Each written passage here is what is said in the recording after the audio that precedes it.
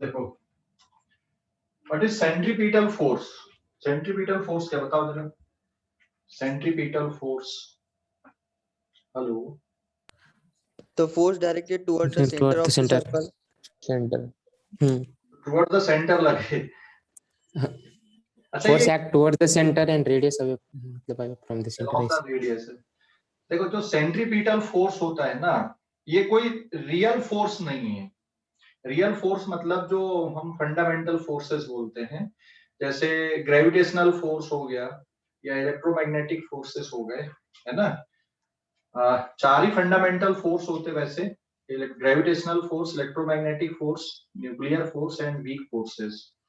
लेकिन जैसे हम लोग बोलते भाई टेंशन फोर्स हो गया, tension force on string, normal reaction, frictional force, ठीक है, फिर वेट आप बोल देते हो, तो इस तरह का कोई ये डायरेक्ट नहीं है सेंट्रीपिटल फोर्स। सेंट्रीपिटल फोर्स एक रिक्वायरमेंट है।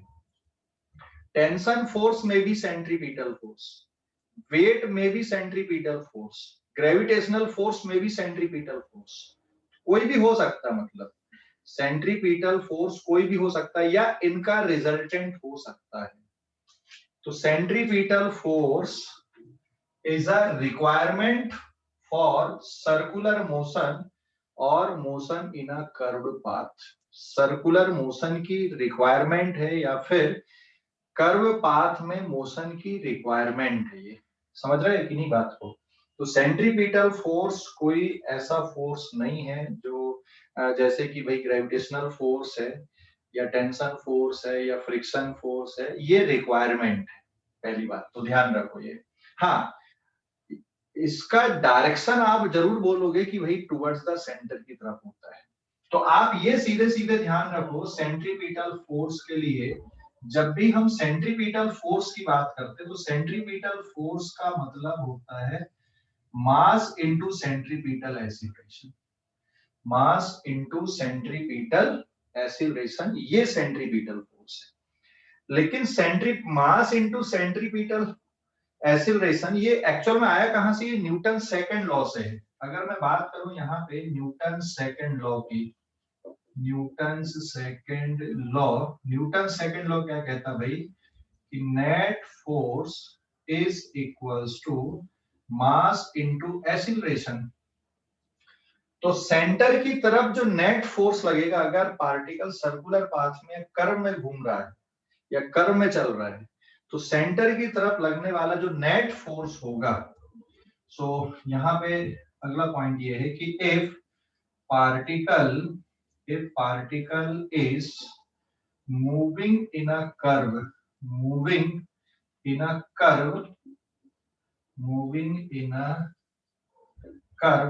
और इन अ सर्कुलर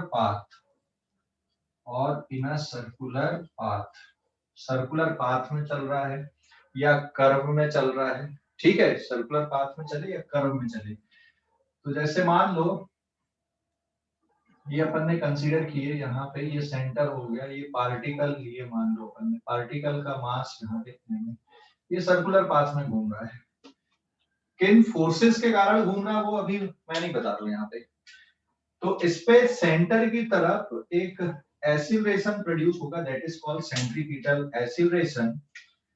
तो यहाँ पे इसमें जो अंदर की तरफ नेट फोर्स लगेगा, और नेट फोर्स इक्वल्स टू, जब आप मास इनटू सेंट्रीपिटल एक्सीलरेशन बोल देते हो, ये जो नेट फोर्स आएगा इसी को आप सेंट्रीपिटल फोर्स बोलोगे। तो net force towards the centre, that is called centripetal force, and it is equals to mass into centripetal acceleration. तो ये जो नेट फोर्स है ये कौन सा हो सकता है? ये जो नेट फोर्स हमने लिखे कि ये टुवर्ड्स द सेंटर, ये कौन सा हो सकता है? ये कौन से फोर्स हो सकते हैं? नहीं, सेंट्रीपिटल तो नाम हो गया। ये जो नेट फोर्स है इसको हम सेंट्रीपिटल बोल रहे हैं क्योंकि इसका डायरेक्शन टुवर्ड्स द सेंटर है। फ्रिक्शन, टेंशन, ये जो फोर्स है बेटा, ये जो नेट फोर्स है, हम जिस नेट फोर्स की बात कर रहे हैं, ये नेट फोर्स क्या क्या हो सकता है? It may be friction, it may be mg, it may be, आप सीधे ग्रेविटेशन लिख दो, it may be tension force लिख दो, टेंशन ऑन स्ट्रिंग, ठीक है, और resultant of any other forces or resultant of any of these resultant of any of these, ठीक है, any of these forces। यहाँ पे एक्सेट्रा वर्ड भी आएगा, कुछ और भी हो सकते हैं, जरूरी नहीं कि सिर्फ यही हो, कुछ और फोर्सेस भी हम यहाँ पे लिख सकते हैं, बट जो कॉमनली हम लोग मैकेनिक्स में यूज करते हैं वो यही है। तो ये जो नेट फोर्स है ना, ये कोई भी हो सकता है, बात समझ गए कि नहीं? तो सेंट्रीपिटल फोर्स रिक्वायरमेंट है, ये जो फोर्स हम बोल रहे हैं ये कोई भी हो सकता है, फ्रिक्शन हो सकता है, एमजी हो सकता है, या फिर ग्रेविटेशनल फोर्स हो सकता है, टेंशन फोर्स हो सकता है, स्प्रिंग फोर्स हो सकता है, या इनका रिजल्टेंट हो सकता है, कोई भी हो सकता है। बात समझ गए कि नहीं? हेलो, बात समझ गए कि नहीं? Yes sir, yes sir. है ना? तो सेंट्रीपिटल फोर्स कोई फोर्स नहीं है, मास into centripetal acceleration, Newton second law जो है ना, जिसमें आप मास इनटू एक्सीलरेशन लिखते हो, तो मास इनटू सेंट्रीपिटल एक्सीलरेशन के प्रोडक्ट को आप सेंट्रीपिटल फोर्स बोलते हो। Is it clear? कोई डाउट बेटा? तो जब कोई पार्टिकल सर्कुलर पाथ में घूमता है तो सेंटर की तरफ लगने वाला जो नेट फोर्स है उसी को आप क्या लिखते हो यहाँ पे? सेंट्रीपिटल फोर्स बोलते हो, ठीक है, मास इनटू सेंट्रीपिटल एक्सीलरेशन। तो सर्कुलर पाथ में कर्व में जब भी मोशन होगा किसी पॉइंट पे, net force towards the centre किसके बराबर लिखा जाएगा? सेंट्रीपिटल फोर्स के बराबर लिखा जाएगा। या तो आप सेंट्रीपिटल फोर्स से इक्वेट कर दो, और नहीं तो फिर मास इनटू सेंट्रीपिटल एक्सीलरेशन से इसको इक्वेट कर दो। तो इसका डायरेक्शन किधर आ रहा है? क्योंकि रेडियस वेक्टर का जो डायरेक्शन है वो बाहर की तरफ है और इसका डायरेक्शन अंदर की तरफ है, तो अगर आप इसको वेक्टर फॉर्म पे लिखोगे तो मास इनटू एसी वेक्टर आ जाएगा, ये है ना, या m into AC vector, minus sign क्या शो कर रहा है? इसका डायरेक्शन किधर है? टुवर्ड्स द सेंटर है, ठीक है। या फिर आप इसको m इंटू एसी वेक्टर ऐसा लिखा रहने दो, आप यहाँ पे जब इसको लिखोगे m into v square by r and minus r cap, आप ऐसा लिख सकते हो, ठीक है। समझ गए कि नहीं? ये माइनस साइन क्या शो कर रहा है कि इसका डायरेक्शन किधर होता है? टुवर्ड्स द सेंटर होता है, या रेडियस वेक्टर के अपोजिट होता है। समझ गया बेटा? हेलो, समझ हाँ गए? Sir. Yes sir. Yes sir. Screenshot लो इस पेज का, स्क्रीनशॉट लो पहले, जल्दी से स्क्रीनशॉट ले लो।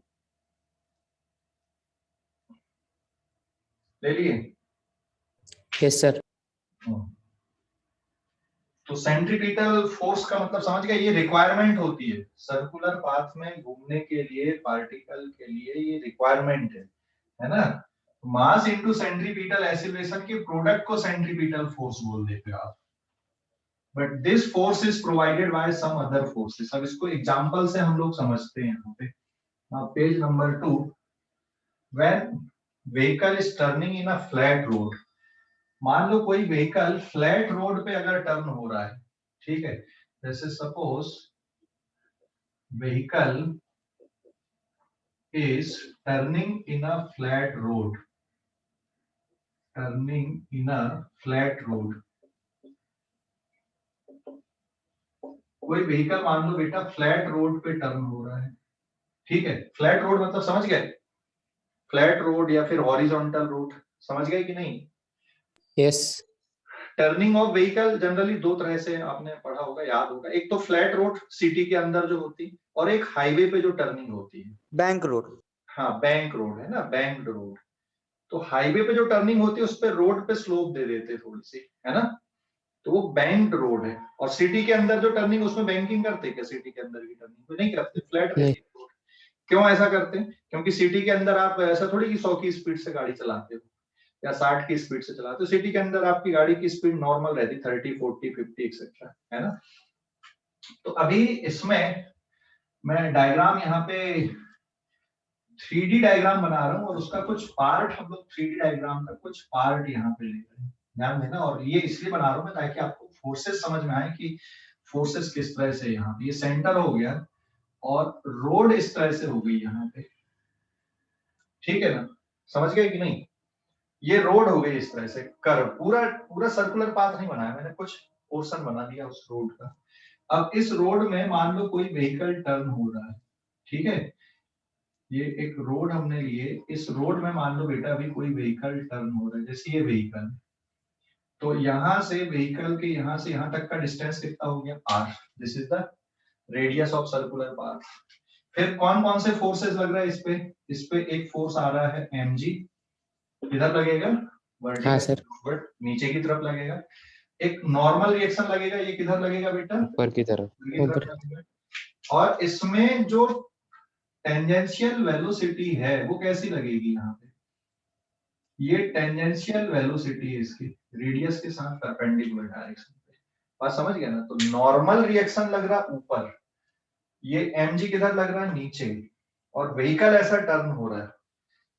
तो व्हीकल स्किड क्यों नहीं कर रहा है, क्योंकि टायर और रोड के बीच में एक अंदर की तरफ फोर्स लग रहा है जो व्हीकल को खींच के रख रहा है ना। कौन सा फोर्स है जो व्हीकल को अंदर की तरफ खींच के रख रहा है, friction. That is static friction. कौन सा फ्रिक्शन है ये, स्टैटिक। स्टैटिक फ्रिक्शन है, जिसके कारण ये व्हीकल बाहर स्किड नहीं कर रहा है, बाहर नहीं जा रहा है, ठीक है। स्टैटिक फ्रिक्शन इसको रोक रहा है और इसको मजबूर कर रहा है कि तू घूम, सर्कुलर पाथ में घूम। तो मजबूर करने, सर्कुलर पाथ में घूमने के लिए मजबूर करने वाला कौन सा फोर्स है यहाँ पे, that is static friction. Static friction. समझ गए कि नहीं, स्टैटिक फ्रिक्शन है जो कार को मजबूर कर रहा है कि ये सर्कुलर पाथ में घूम दे। लेकिन इसकी एक लिमिटेशन है, मतलब कार को सर्कुलर पाथ में घूमने के लिए जो नेसेसरी सेंट्रीपिटल फोर्स है वो कौन प्रोवाइड कर रहा है, which force is providing necessary centripetal force, frictional force, static friction. Static friction है ना। तो इसमें सेंट्रीपिटल फोर्स किधर लगेगा, टुवर्ड द सेंटर लगेगा। इज इट क्लियर बेटा। तो Yes, यहाँ पे इक्वेशंस देखोगे आप, नॉर्मल और mg एक दूसरे को बैलेंस कर रहे हैं, normal is equals to mg, equation number 1। और सेंटर की तरफ जो नेट फोर्स लग रहा है ना, सेंटर की तरफ न्यूटन सेकंड लॉ लगाते हैं अपन। अगर सेंटर की तरफ देखें तो static friction is equals to mass into centripetal acceleration, या mass into v square by r। It is given as equation number 2। तो static friction will provide the necessary centripetal force. समझ गए ना, static friction centripetal force provide करा रहा है। अगर किसी कारण से ये स्टैटिक फ्रिक्शन अचानक खत्म हो जाए तो क्या होगा व्हीकल का, बताओ जरा। अगर किसी कारण से ये अचानक खत्म हो गया तो व्हीकल क्या होगी, स्किड होगी। ऐसे बाहर होगी कि टेंजेंशियली भाग जाएगी, बाहर की तरफ। बाहर की तरफ ऐसे पलटेगी ऐसे। लेकिन अगर ये खत्म हुआ ना तो ये स्किड करेगी तो टेंजेंशियली आगे की तरफ जाएगी ऐसे। जिस मूवमेंट पे ये टेंशन खत्म होगा उसी मूवमेंट पे ये पलटेगी तो ऐसे, लेकिन स्किड ऐसे टेंजेंशियली चली जाएगी। जैसे मान लो आप किसी पत्थर को किसी रस्सी से बांध के घुमाओ और रस्सी अगर टूट गई तो क्या होगा, फिर वो किधर जाएगा, वो टेंजेंशियल डायरेक्शन में जहाँ पे जाएगा वो टेंशन खत्म होगा वहाँ। डायरेक्शन पे जाता है। समझ गए कि नहीं। Yes. तो वैसे ही व्हीकल के साथ होगा। क्लियर हो गया बेटा, कोई डाउट अभी इस पे। No sir. अच्छा, स्टैटिक फ्रिक्शन की एक लिमिटेशन होती है कि बहुत ज्यादा नहीं लगेगा भाई। ये स्टैटिक फ्रिक्शन की लिमिटेशन क्या है कि भाई ये कितना मैक्सिमम लग सकता है, मैक्सिमम लग सकता है ये mu S into normal reaction के बराबर, इससे ज्यादा नहीं हो सकता ये, है ना। स्टैटिक फ्रिक्शन की एक लिमिटेशन है, static friction is always less than और इक्वल्स टू एफएस मैक्सिमम। ये कौन सा होता है, इसको बोलते हैं लिमिटिंग स्टैटिक फ्रिक्शन। ये इसकी लिमिट है, इसके बियॉन्ड नहीं लग सकता, इससे बियॉन्ड। समझ गए ना। हाँ सर। इसके बियॉन्ड नहीं लग सकता ना भाई, ये इसकी लिमिटेशन है, इससे बियॉन्ड नहीं जा सकता ये। ठीक है, समझ गए। Hello, yes sir. कोई डाउट अभी Yes, इस पे। 1 मिनट।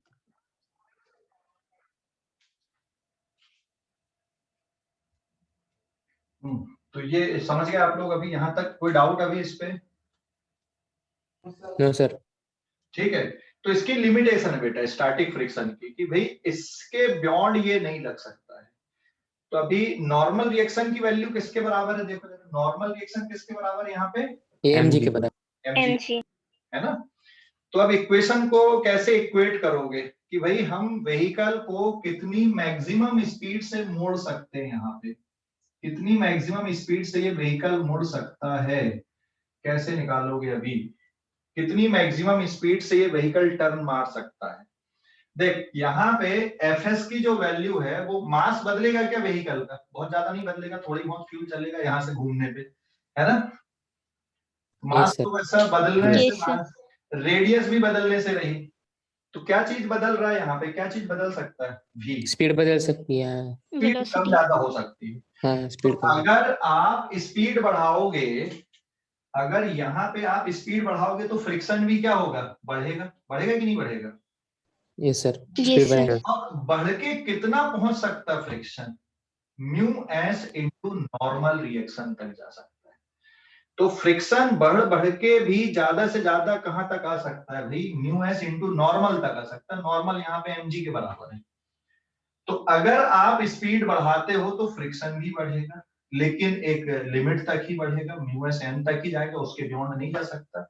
तो ये जो इक्वेशन है आपकी, इक्वेशन नंबर 2, इसको मैं यहाँ पे अगर हम लोग स्पीड को बढ़ाते हैं, मैं लेफ्ट हैंड साइड पे लिखता हूं यहाँ पे, अगर बेटा हम लोग स्पीड को बढ़ाकर मैक्सिमम कर दिए तो स्टैटिक फ्रिक्शन भी बढ़ के कहां तक पहुंच जाए, एफएस मैक्सिमम तक पहुंचा सकते हैं अपन। क्योंकि इसके बियॉन्ड अगर हम लोग भेजते हैं तो क्या होगा बताओ जरा, उतना फ्रिक्शन लगेगा ही नहीं और व्हीकल क्या होगा, ओवर टर्न हो जाएगा या फिर फिर जाएगा, फिर घूम नहीं पाएगा ये। ठीक है, तो फार्मूले में ये वाला जो फार्मूला है एफ एस मैक्सिमम का, जिसको आपने mu s into normal reaction लिखा था, ये वाली वैल्यू को क्या लिख सकते हैं अपन, एफ एस मैक्सिमम की जगह पे m into v maximum square divided by r equals to किसके बराबर, म्यू एस, और नॉर्मल रिएक्शन की वैल्यू किसके बराबर है, mg के बराबर है। लिख सकते हो कि नहीं लिख सकते। Yes sir, Yes, sir.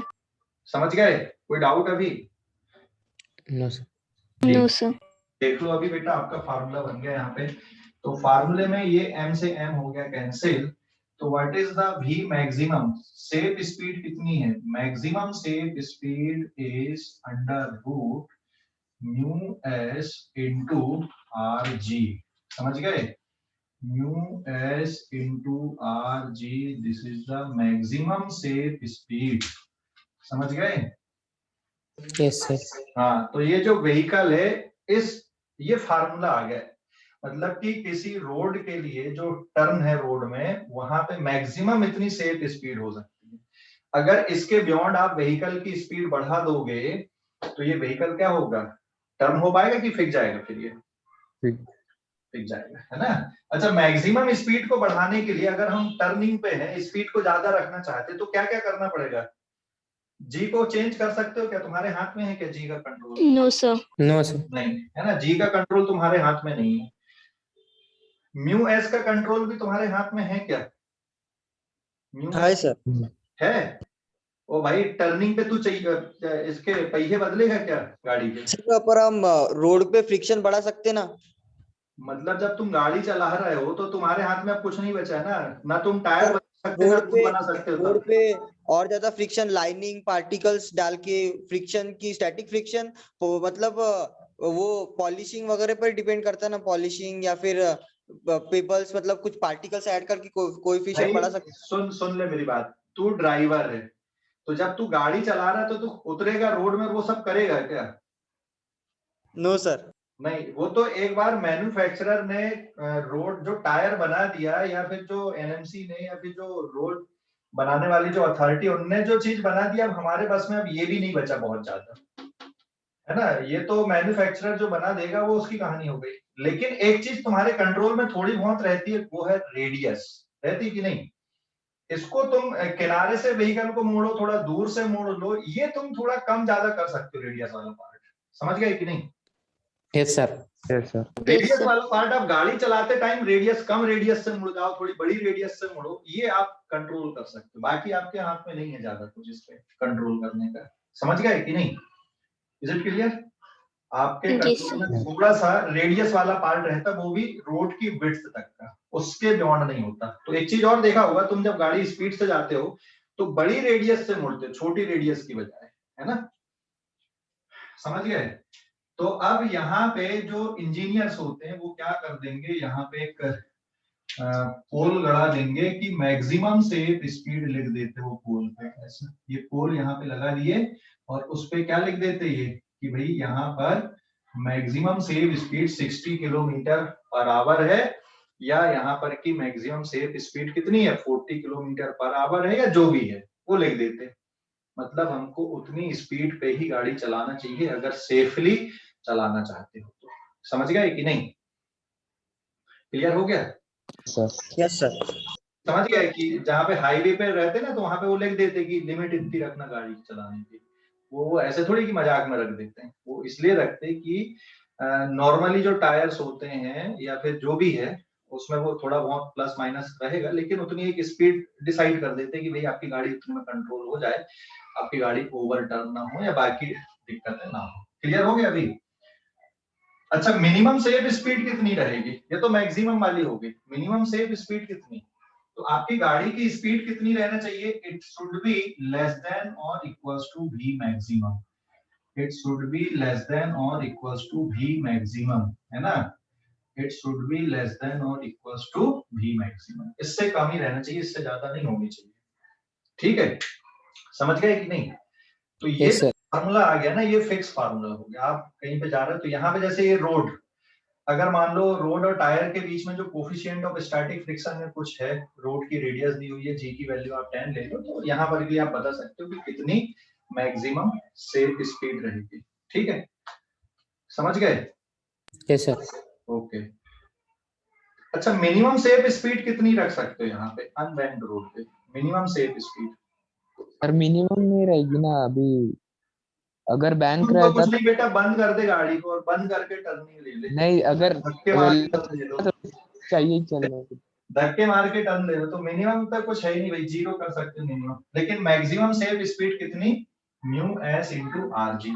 अच्छा, इस फार्मूले में ये जो है यहाँ पे जो गड़ा देते हैं, बिल बोर्ड जो गड़ा देते हैं, उसमें लिखते हैं कि ट्रक के लिए इतनी रखना है, कार के लिए इतनी रखना है, ऐसा कुछ रखते हैं क्या? वो तो फिक्स रहता है। कोई व्हीकल के नाम देते हैं क्या वहां पे?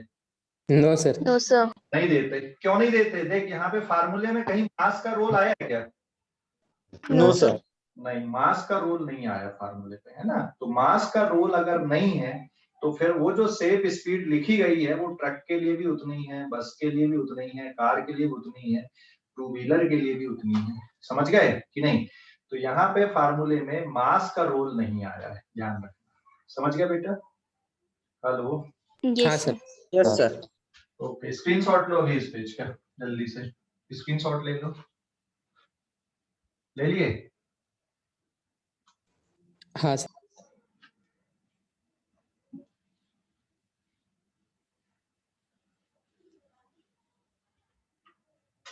Now this is page number 3। जैसे मान लो यहाँ पे मैं ले लूं, if radius of road is 100 meter, है ना? जो टर्न है उसकी रेडियस 100 मीटर है, coefficient of static friction is 0.4 and g की वैल्यू अगर सपोज बेटा 10 मीटर पर सेकेंड स्क्वायर अगर हम लोग लेते हैं, तो what is the maximum safe speed? कितनी आएगी इस टर्निंग के लिए? Mu s into r ji, and it is 0.4 into 100 into 10 and the answer will be root of 400, और ये मीटर पर सेकंड में आ जाएगा सारा डेटा एसआई सिस्टम पे, इट इज 20 मीटर पर सेकंड। मतलब अगर ये स्पेसिफिकेशन है यहाँ पे रोड और टायर के लिए, तो फिर जो मैक्सिमम सेफ स्पीड रहेगी वो कितनी रहेगी? 20 मीटर पर सेकंड। मतलब यहाँ पे बिल बोर्ड में आप कितना लगा सकते हो कि भाई यहाँ से टर्निंग के लिए जो मैक्सिमम सेफ स्पीड है वो कितनी है? 20 मीटर पर सेकंड की है। समझ गए? हाँ, sir. ओके, स्क्रीनशॉट लो अभी इस पेज का। तो हॉरिजॉन्टल रोड में टर्निंग के फंडे समझ गए? हेलो? हाँ, sir. हाँ. Yes, sir. यहाँ पे सेंट्रीपिटल फोर्स कौन सा है? Which is centripetal force? Friction, static friction. Static friction. Yes, static friction is centripetal force, और static friction will provide the necessary centripetal force। ठीक है, स्क्रीनशॉट हो गया इस पेज का। अगले उस पे आते हैं हम लोग। हाँ, sir. हो गए. अब और ऐसी सिचुएशन आप बताओ जहां पे आप टर्निंग पे या फिर सर्कुलर पाथ में मोशन हो रहा है, जहां पे हम लोग इक्वेशंस को इस तरह से लिखते हैं। ठीक है, देखो अभी पेज नंबर 4, पेज नंबर 4। अभी यहाँ पे अगर हम लोग सोलर सिस्टम की बात करें अपन लोग, यहाँ पे सोलर सिस्टम की जगह पे अर्थ एंड सन सिस्टम ले लेते, सबसे बढ़िया example earth and sun system है ना। तो सन को हम लोग क्या मान ले रहे हैं यहाँ पे,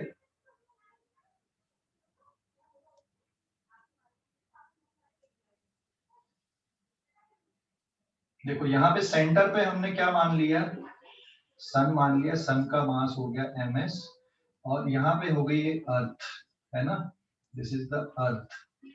अर्थ का मास हो गया सपोज बेटा स्मॉल m, इसका मास हो गया कैपिटल M, और सन और अर्थ के बीच का डिस्टेंस ये हो गया r, and this is the orbital speed of earth. ठीक है, समझ गए कि नहीं। तो अर्थ को हम मान ले रहे हैं कि सन के चारों तरफ सर्कुलर पाथ में घूम रही है। तो which force is providing necessary centripetal force here, कौन सा ग्रेविटेशन। पे सेंट्रीपिटल फोर्स प्रोवाइड कर रहा है, centripetal acceleration towards the centre लगेगा। तो अर्थ पे कौन सा फोर्स लग रहा है यहाँ पे, ग्रेविटेशनल ग्रेविटेशन। फोर्स लग रहा है। तो gravitational force is providing here centripetal force. तो इक्वेशन क्या लिखोगे, इक्वेशन क्या लिखोगे यहाँ पे, gravitational force is equals to, या तो सेंट्रीपिटल फोर्स लिख दो, क्योंकि यहाँ net force toward the centre कौन सा है, ग्रेविटेशनल फोर्स है। ठीक है, तो Fg is equals to Fc, और Fg की value G capital M small m divided by r square, और सेंट्रीपिटल फोर्स हो जाएगा mv square divided by r। ये कौन सी स्पीड है यहाँ पे, इट इज ऑर्बिटल स्पीड। समझ गए, ये ऑर्बिटल स्पीड है इसकी। क्लियर हो गया, कोई डाउट अभी इस पे, क्लियर हो गया कि नहीं। तो यहां पर से आप देख सकते हो भाई ऑर्बिटल स्पीड की वैल्यू निकल के आ जाएगी, एक m से एक m कैंसिल हो जाएगा। अच्छा इसमें ना यहाँ पे अर्थ ले लो, यहाँ पे मून ले लो, यहाँ पे अर्थ ले सकते हो, यहाँ मून ले सकते हो, एक ही बात आ जाएगी है ना। तो जो ऑर्बिटल स्पीड आ रही है यहाँ पर, दिस ऑर्बिटल स्पीड, एक r से एक r कैंसिल हो जाएगा, g into capital M divided by r। ये फार्मूला बन रहा है बेटा ऑर्बिटल स्पीड का यहाँ पे। ठीक है, this is the required formula of orbital speed. Clear हो गया बेटा, कोई डाउट हाँ सर। इसमें? नो। ऑर्बिटल स्पीड का फार्मूला बनता है यहाँ पे। ठीक है, अब अगर मान लो मैं यहाँ पे अर्थ और सन सिस्टम की जगह पे क्या ले लूं, यहाँ पे न्यूक्लियस एंड इलेक्ट्रॉन सिस्टम लेता हूँ, nucleus and electron system. Nucleus and electron system अगर हम लोग ले लें यहाँ पे, तो यहाँ पे सपोज न्यूक्लियस है, न्यूक्लियस में कौन सा चार्ज होता है, प्लस चार्ज, और कितना चार्ज है, प्लस जेड। जो इलेक्ट्रॉन है इस सर्कुलर पाथ में घूम रहे हैं, ये इलेक्ट्रॉन है। तो इलेक्ट्रॉन की ये ऑर्बिटल स्पीड हो गई, यहाँ पे हो गई इसकी रेडियस। अब यहाँ पे बताओ इलेक्ट्रॉन पे जो नेसेसरी सेंट्रीपिटल फोर्स लग रहा है वो कौन प्रोवाइड करा रहा है, इलेक्ट्रोस्टैटिक फोर्स। इलेक्ट्रोस्टैटिक फोर्स है ना। इस पे अंदर की तरफ एक इलेक्ट्रोस्टैटिक, दोनों पे लग रहा है, लेकिन हम सिर्फ अभी इलेक्ट्रॉन को देख रहे हैं। तो electrostatic force is providing necessary centripetal force here. ठीक है, तो यहाँ पे इलेक्ट्रोस्टैटिक फोर्स ही सेंट्रीपिटल फोर्स है, यहाँ पे ग्रेविटेशनल फोर्स सेंट्रीपिटल फोर्स है। ठीक है, तो इक्वेशन क्या बन जाएगी बेटा, यहाँ पे electrostatic force is equals to centripetal force लिख दो, या मास इनटू सेंट्रीपिटल एक्सीलरेशन लिख दो। तो इलेक्ट्रोस्टैटिक फोर्स की value 1/4 pi epsilon not. Nucleus पे कितना चार्ज हो गया, ये हो गया Q1 इज ZE, और ये वाला चार्ज हो गया Q2 is equals to E। तो it is ZE into E। सिर्फ मैग्नीट्यूड को इक्वेट करना, आपको माइनस साइन लेने की जरूरत नहीं है यहाँ पे, है ना, upon r square equals to mass of electron into v square divided by r। समझ गए ना फार्मूला, कोई डाउट अभी इस पे? No sir. नहीं। अच्छा इसमें ये भी हो सकता है भाई कि इलेक्ट्रॉन की एंगुलर वेलोसिटी ओमेगा हो सकती है, तो इसकी जगह पे आप ओमेगा r लिख सकते हो। ठीक है, यहाँ पे अर्थ के रोटेशन की एंगुलर वेलोसिटी ओमेगा हो सकती है, तो orbital speed is equals to omega r लिख सकते हो। समझ गए, हेलो, क्लियर हो हाँ गया, सर। कोई डाउट अभी? तो ये दो सिस्टम मैंने यहाँ पे बताया आपको, अर्थ एंड सन सिस्टम हो गया, न्यूक्लियस एंड इलेक्ट्रॉन सिस्टम हो गया, बिल्कुल सिमिलर हो गए। स्क्रीनशॉट लो इस पेज का, पेज नंबर 5 पे आते हैं, स्क्रीनशॉट ले लो, ले लिए, हेलो, यस सर।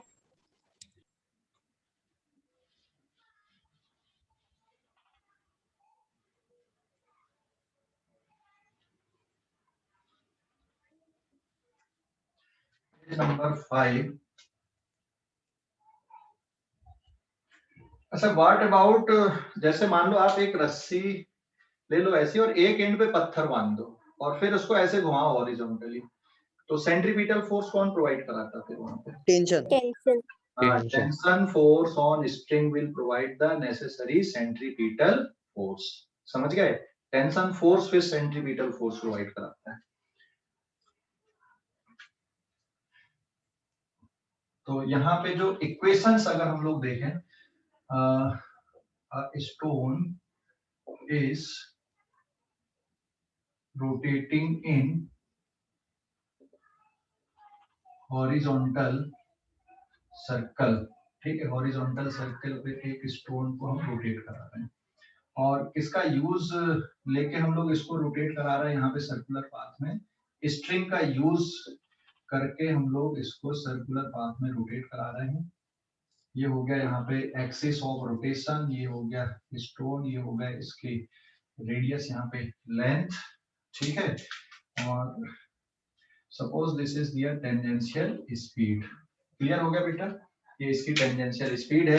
तो नेसेसरी सेंट्रीपिटल फोर्स कौन प्रोवाइड करा रहा है इस पे? ये सेंटर की तरफ जो फोर्स लग रहा है ये टेंशन फोर्स है। अच्छा, बाकी के फोर्सेस अगर देखोगे तो mg किधर लग रहा है? नीचे, और ये कौन सा हो गया? नॉर्मल ऊपर। समझ गए कि नहीं? तो अंदर की तरफ टेंशन फोर्स, अगर ये टेंशन रस्सी कट गई या फिर कुछ हो गई, टूट गई, तो क्या होगा? ये टेंजेंशियली इधर भाग जाएगा, ये है ना।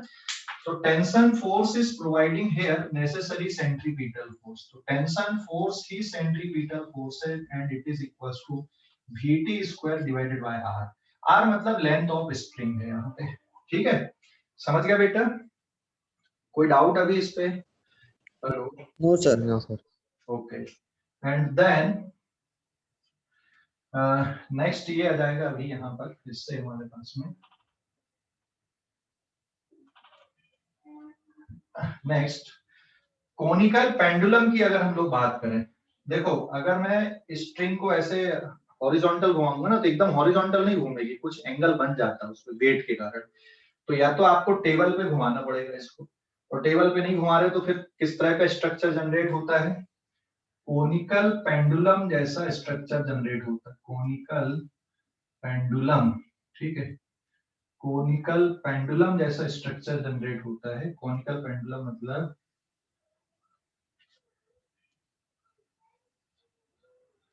यहाँ पे मैंने ये ऑब्जेक्ट लिया, this is the length of string, ये सस्पेंशन पॉइंट है और ये इसके अबाउट ओमेगा एंगुलर वेलोसिटी से घूम रही है, ठीक है।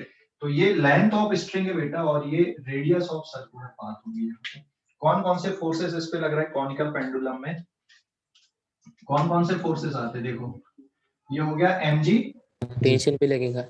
और इधर पे कौन सा फोर्स हो गया? टेंशन फोर्स हो गया। Tension. बस दो ही फोर्स है ना, एक टेंशन फोर्स और एक mg, आया ना? Yes yes. दो ही फोर्स लग रहा है, एक टेंशन फोर्स लग रहा है और एक mg। अगर ये एंगल थीटा तो ये भी थीटा है, तो mg को कौन बैलेंस कर रहा है यहाँ पे? Vertical E direction, cos theta. P cos theta. और नेसेसरी सेंट्रीपिटल फोर्स कौन प्रोवाइड करा रहा है? T sin theta. sin theta will provide necessary centripetal force। तो यहाँ पे जो कंपोनेंट आएगा T sin theta, है ना, तो इसका जो कंपोनेंट है तो T sin theta is centripetal force। अब यहाँ पे T sin theta centripetal force मतलब mass of the bob, and ये किसके बराबर हो जाएगा? Omega square into r. R ये है, ये लेंथ ऑफ स्ट्रिंग ये वाली है और ये रेडियस ऑफ सर्कुलर पाथ है यहाँ पे, तो इनके बीच में आपस में रिलेशनशिप भी है। एंड टी कॉस थीटा किसके बराबर हो गया? mg के बराबर हो गया। यहाँ पे टी टाइम पीरियड नहीं है बेटा, ये ध्यान रखना। यहाँ पे टी क्या है? T tension Tension. फोर्स है, ठीक है। अगर मैं दोनों को डिवाइड कर दूं यहाँ पे तो टेन थीटा की वैल्यू किसके बराबर आएगी? ये कैंसिल हो जाएगा, ओमेगा स्क्वायर आर अपॉन जी। अच्छा, रेडियस और ये लेंथ में भी रिलेशनशिप आएगी। क्या रिलेशनशिप रहेगी? Sine theta is equal to r divided by l. आप आर को एल साइन थीटा से रिप्लेस कर सकते हो, तो tan theta is equal to omega square l sine theta divided by g. Tan theta की value already sine theta upon क्या था? Cos theta equal to omega square l sine theta divided by g था ना, तो यहाँ पे sine theta से sine theta cancel हो जाएगा तो ओमेगा की वैल्यू किसके बराबर आ गई? It is under root g divided by l cos theta.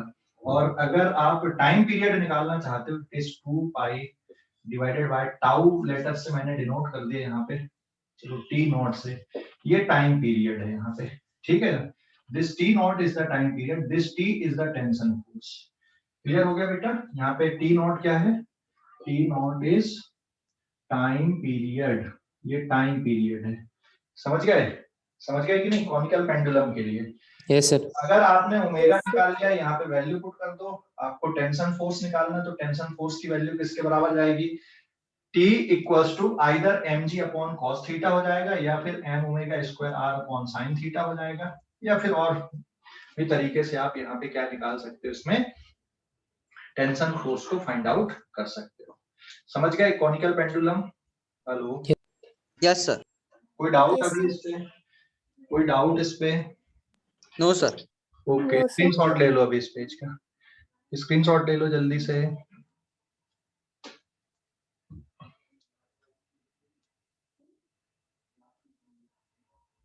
Screenshot ले लो, ले लिए? Yes sir. Yes, sir.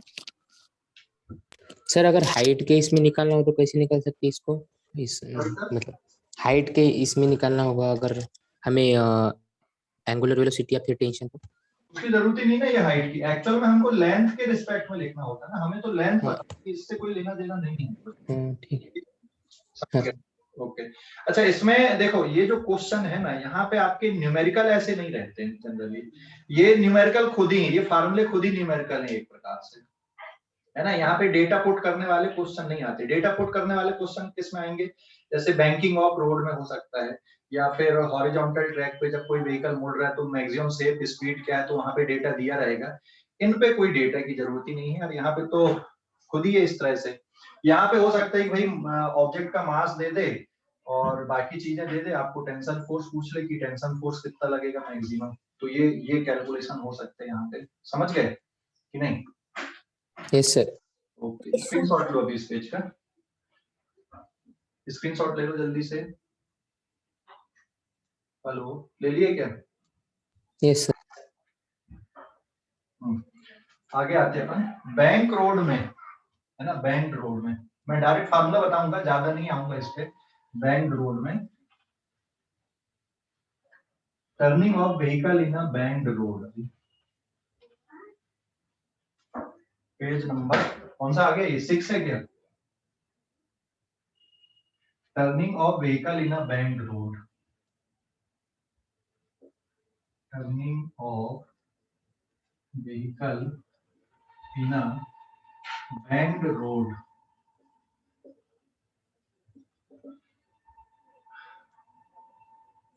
Turning of vehicle in a banked road. तो बैंक्ड रोड कैसी होती बताओ जरा? एक एंड से उठा देते हैं, है ना। अच्छा, कितना बड़ा एंगल लेते हैं? ये angle theta, which is the width of road, ये आउटर एज की हाइट है। एंड विड्थ ऑफ रोड कौन सी है यहाँ पे? विच is the width of road here, width of road कौन सी है बेटा बताओ? विड्थ ऑफ रोड कौन सी है, ए बी या A C? Which is the width of road? AC. AC कैसे होगी यार, वो तो व्हीकल कहां पर से चलता है इसमें, बैंक रोड में। यहाँ पे व्हीकल रहता है ना, A B AB. Width of road ये रहती है यहाँ पे, व्हीकल यहाँ पे चलता है ना, यहाँ पे टर्न होता है ना आपका व्हीकल। यस और no? This is the vehicle, ये नहीं है ना। और ये कैसा जा रहा है? ये या तो ऐसा बाहर आ रहा है या फिर अंदर जा रहा है, ये समझ गए? Hello, yes yes. ये या तो ऐसा आ रहा है या फिर ऐसा अंदर जा रहा है ना। ठीक है, आप इस तरह से देख लो, ये जैसे डस्टर यहाँ पे व्हीकल है, तो ये व्हीकल ऐसा आ रहा है या फिर अंदर जा रहा है। अब यहाँ पे डायग्राम बनाना बड़ा मुश्किल काम है ना। अच्छा, ये सेंटर इधर कहीं पे है रोड का, एंड ये रेडियस हो गई जो नॉर्मल mg, और इस डायरेक्शन में क्या आ जाएगा? Centripetal acceleration. ठीक है, तो विड्थ ऑफ रोड कौन सी यहाँ पे? Width of road is A B, but ये एंगल बहुत स्मॉल होने के कारण लगभग आप इसको AC कंसीडर कर लोगे, ठीक है, समझ गए ना। तो जैसे अगर साइन थीटा की मैं बात करूं तो साइन थीटा किसके बराबर यहाँ पे H डिवाइडेड बाय AB, और अगर एंगल बहुत स्मॉल है तो ये नियरली क्या ट्रीट कर सकते हैं, इसको tan थीटा ट्रीट कर सकते हो स्मॉल एंगल के लिए, समझ गए ना, समझ गए कि नहीं। तो ये ध्यान रखना है यहाँ पे H upon AB is the width of road, sine theta equals to H upon AB, लेकिन इसको आप नियरली कितना ट्रीट कर लेते हो, नियरली tan थीटा ट्रीट कर लेते हो इफ थीटा इज स्मॉल, है ना। तो अभी देखो नेसेसरी सेंट्रीपिटल फोर्स कौन प्रोवाइड करा रहा व्हीकल को, स्टैटिक फ्रिक्शन नहीं अभी अभी एक फ्रिक्शन इज नॉट कंसीडर, अभी हम लोग फ्रिक्शन कंसीडर नहीं कर रहे हैं यहाँ पे। हम मान लो यहाँ पे फ्रिक्शन कंसीडर नहीं करते हैं तो horizontal component of normal reaction, ये थीटा है, ये थीटा, ये 90 माइनस थीटा, तो ये थीटा यहाँ पे कौन सा आ जाएगा n cos थीटा बराबर है, और ये वाला कंपोनेंट कौन सा हो जाएगा n sin theta. तो which force is providing necessary centripetal force here? Horizontal N sin component theta. Of normal n reaction, sin theta. So n sin theta is providing necessary centripetal force. तो n sin theta बेटा यहाँ पे centripetal force है, जिसके लिए आप लिखोगे mv square by r, और n cos theta ये किसके इक्वल हो गया mg के, तो यहाँ पर भी डिवाइड कर दो तो ये tan थीटा बन गया, tan थीटा इक्वल्स टू किसके बराबर आ गया v स्क्वायर अपॉन rg। तो जो मैक्सिमम सेफ स्पीड है यहाँ पे व्हीकल के लिए टर्निंग के लिए, ये किसके बराबर जाएगी tan थीटा इंटू rg के इक्वल है। इस फार्मूले में ये इसको ना ऑप्टिमम स्पीड बोलते हैं, मतलब इसमें किसकी जरूरत नहीं है, फ्रिक्शन की जरूरत नहीं है व्हीकल की टर्निंग के लिए, this is called optimum speed, ये ऑप्टिमम स्पीड कहलाती है ना। इसमें फ्रिक्शन की जरूरत नहीं है, विदाउट फ्रिक्शन भी क्या होगा यहाँ पे व्हीकल टर्न हो सकता है, मुड़ सकता है, ठीक है। तो एंगल कैसे निकालोगे, यहाँ पे एंगल कैसे निकालोगे, हेलो एंगल कैसे निकालोगे बेटा, theta is equal to tan Theta is inverse equal to of v square by rg, tan theta equals to sine theta, लगभग ट्रीट कर लेना h अपॉन AB, जो रोड की विड्थ है उसी को लेना है, अंदर गड्ढे खोद के नहीं जाने कि यार हमको tan थीटा में BC अपॉन AC लिखना है, तो BC अपॉन AC नहीं लिखना है, यहाँ पे क्या लिखना है हमको हाइट अपॉन क्या ले लोगे, सीधा सीधा tan थीटा अपॉन AB ले लोगे, हाइट अपॉन AB मतलब विड्थ ऑफ रोड ले लोगे, ठीक है, इज इट क्लियर। Yes. कोई डाउट है क्या, नो सर। ठीक है, स्क्रीनशॉट लो इस पेज का। और अगर फ्रिक्शन को कंसीडर करते हैं तो ये फार्मूला किस में रिड्यूस हो जाता है, अगर हम लोग फ्रिक्शन को कंसीडर करते स्पीड बढ़ाते तो फ्रिक्शन किधर लगेगी, यहाँ पे फ्रिक्शन ना दोनों तरफ लग सकती है, पता है किधर पे, फ्रिक्शन इधर नीचे की तरफ भी लग सकती है और बाहर की तरफ भी लग सकती है। अगर व्हीकल की स्पीड ज्यादा है ऑप्टिमम स्पीड से तो फ्रिक्शन नीचे लगेगी, जिससे ये बाहर ना फेंके, ठीक है। तो अगर हम लोग फ्रिक्शन कंसीडर करते पेज नंबर 7 पे, पेज नंबर 7, अगर हम लोग फ्रिक्शन को भी कंसीडर करते हैं,